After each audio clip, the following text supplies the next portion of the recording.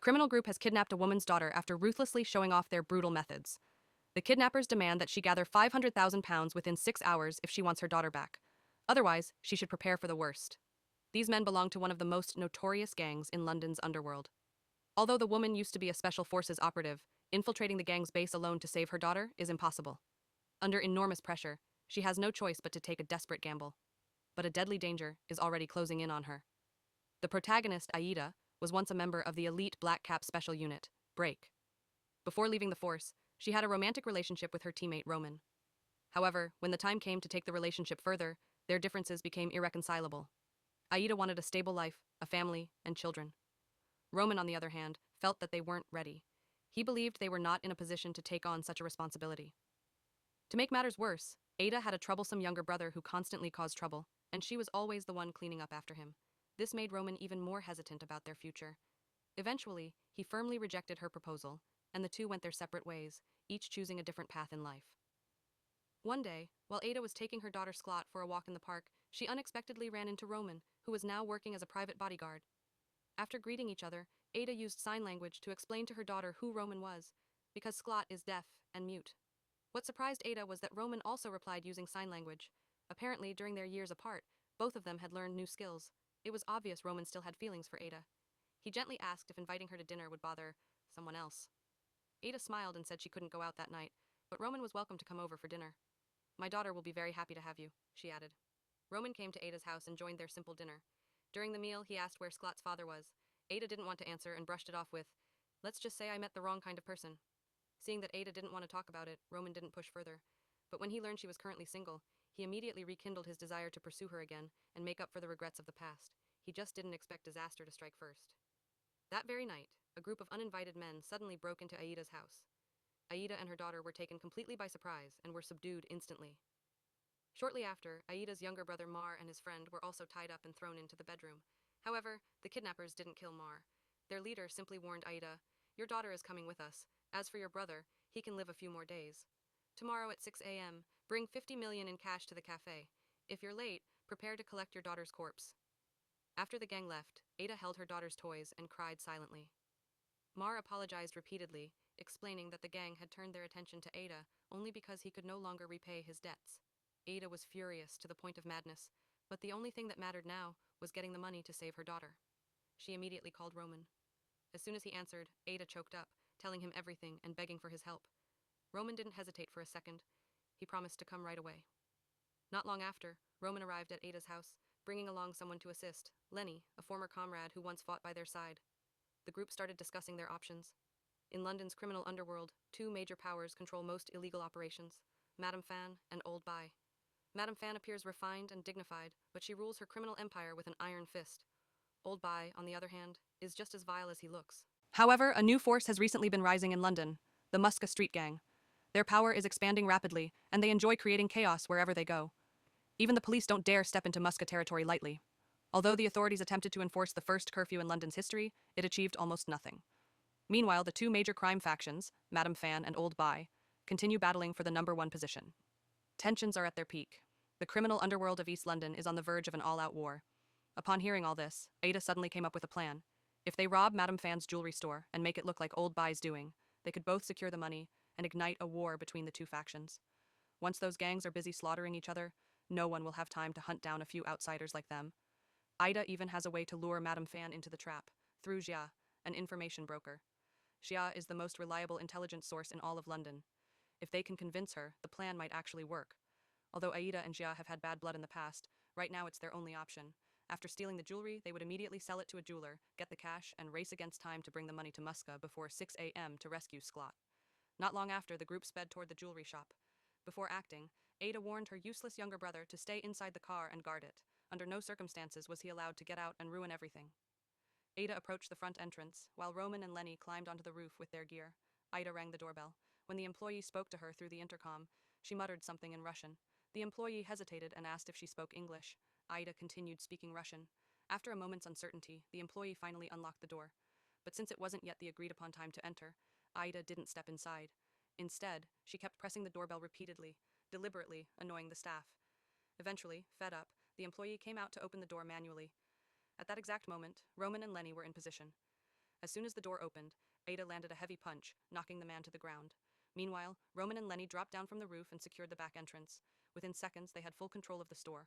Roman installed several small explosives while Ada forced a female employee to take her to the safe. Inside were 100,000 pounds in cash and a large bag of diamonds, all of which they seized successfully. As soon as they stepped out of the store, the small bombs detonated behind them. The group didn't dare waste even a second. They jumped into the car and fled. 10 minutes later, they arrived in Musca territory. The diamond buyer required them to call him from a landline phone within the Musca district within 20 minutes. Otherwise, the deal would be cancelled. The buyer chose this area because the police rarely dare to patrol it.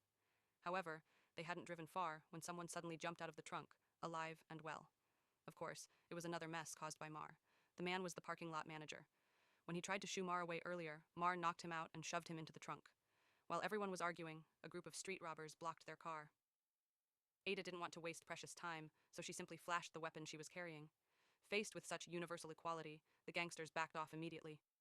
But just then, the parking lot manager began kicking frantically inside the trunk, trying to escape. Unfortunately, he accidentally triggered one of the small bombs stored inside. It exploded instantly. The blast sent Ada and her teammates flying. In a dizzy haze, Ada suddenly recalls the past. Back then, Mar had endured countless abuses from their father. Seeing that, Ada rushed in to confront him. But before she could remember more, Roman's shout brought her back to reality. There was no time to grieve the manager who had just been blown up. They still needed to hurry and rescue Zia. However, they hadn't gone far before realizing something was wrong. Surrounding them were dozens of gang members. A large battle seemed imminent. Some of them didn't want to get dragged into serious trouble, so they quickly changed their route. But the next second, gunfire erupted from the opposite side. Ada calmly used suppressive fire to cover her teammates' movement. Taking turns, they supported each other as they made their way into a large building. Originally, they intended to cut through the building to reach the other side. Unexpectedly, the interior was also filled with gang members. A battle broke out instantly. Ada told Lenny to take Mar and look for a car, while she and Roman stayed behind to cover them. Soon after, they heard police sirens. Only then did they realize that a full-scale clash between the Musca gang and the police was happening. Once violence erupted, it could never be a small matter. They could only blame themselves for being unlucky enough to stumble into a phone booth on this exact day. Meanwhile, Ada and Roman managed to take down several tough opponents. But trouble arose on Lenny's side. Mar, the one who always caused problems, suddenly felt short of breath. This made Lenny furious, and he slapped Mar across the face. Unexpectedly, Mar's symptoms worsened. His legs gave out, and he collapsed. By then, Ada and Roman arrived. Ada didn't scold Mar at all. Instead, she hurried to comfort him. It turned out Mar suffered from severe personality disorder and needed immediate emotional reassurance. Thanks to his sister's comfort, Mar regained his composure. After that, they seized a car parked by the road and sped away from the scene, just before the chaos exploded even further. At the same time, Mrs. Fan received news that her jewelry shop had been robbed. Though she appeared gentle and kind in front of her grandson, she was in reality a cold and ruthless woman. After putting her grandson to sleep, she opened the door to her secret room. All the jewelry shop employees had been tied up and brought there. Before she even began questioning them, one of the female employees fainted from fear. Mrs. Fan, unfazed, interrogated the others. How did the robbers know that today the safe contained over 2 million pounds worth of jewelry? She suspected an insider. After killing 2 employees who clearly knew nothing, the last one finally confessed. He had leaked information to his old associate Roman. He begged Mrs. Fan to spare him, promising to bring Roman back, but she knew he didn't stand a chance against Roman, so she shot him on the spot. Mrs. Fan then ordered her men to locate the fence Finley, because in London, no one else could handle such a massive batch of stolen jewelry. She also commanded her people to capture Roman. She wanted to teach him a lesson. Meanwhile, Ada and her team went to Roman's friend's house to use his landline to call the jeweler Finley. After the call connected, Roman arranged a transaction in 30 minutes. But Ada immediately pointed out that she didn't have enough time to reach Zia's location. Roman fell silent for a moment before proposing a solution. They would split up. Ada would go save Zia while he handled the deal with Finley. Lenny and Mar would stay at the house. Ada realized there was no better option, so she agreed. Outside, the standoff between police and gang members continued. Crowds were rioting, smashing things everywhere. Because of that, a woman walking alone, like Ada, quickly became a target for thugs looking for trouble. She didn't want to waste time, but they insisted on asking for a beating. Seeing the situation, Ada had no choice but to entertain them for a moment, yet before she could even lift a finger, the whole group was already beaten to the ground by someone else. Groaning in pain, they lay sprawled on the pavement. Ada didn't spare them another glance. She needed to keep moving. She headed straight to the bar where Zia was staying. The receptionist froze in shock the moment she saw Ada. Why on earth is this troublemaker back again?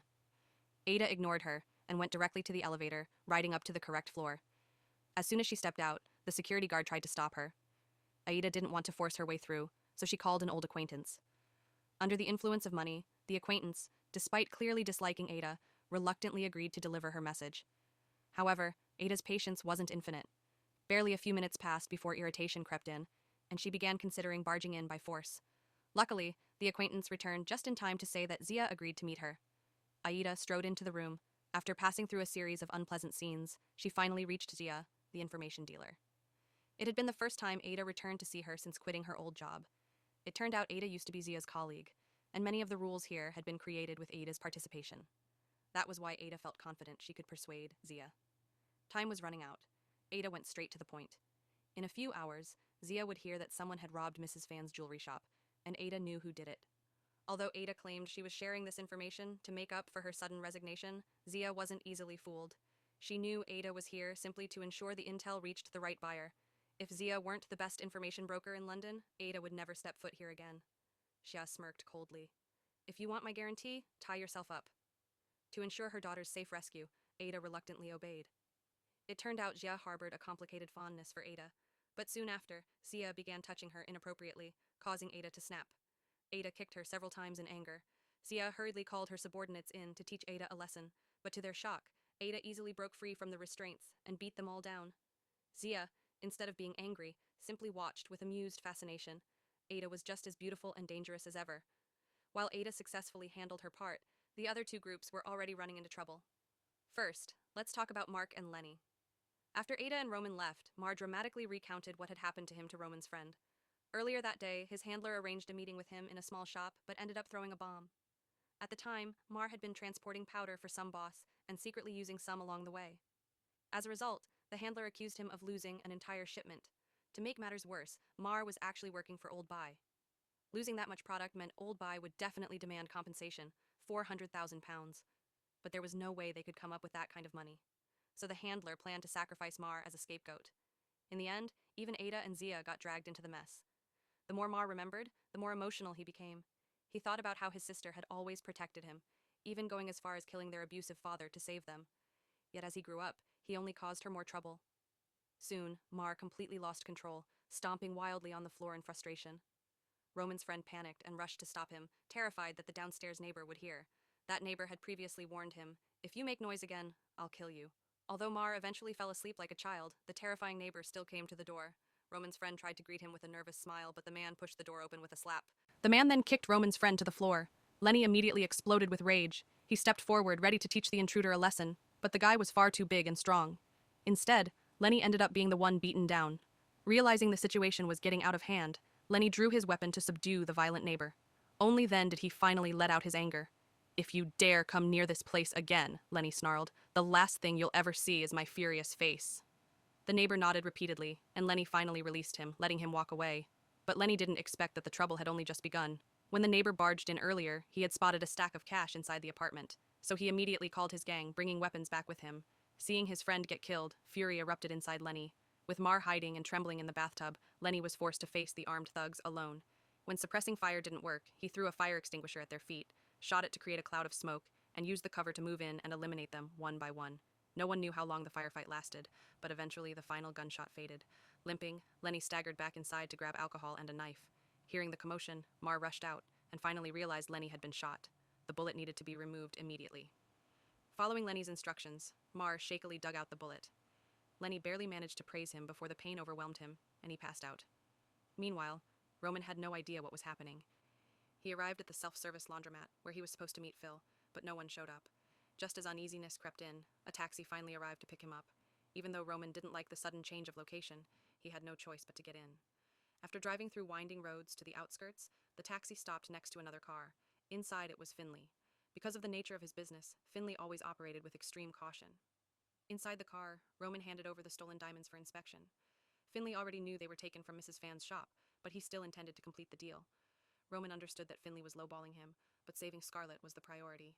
He reluctantly agreed. Finley then used sign language to communicate instructions to his mute driver.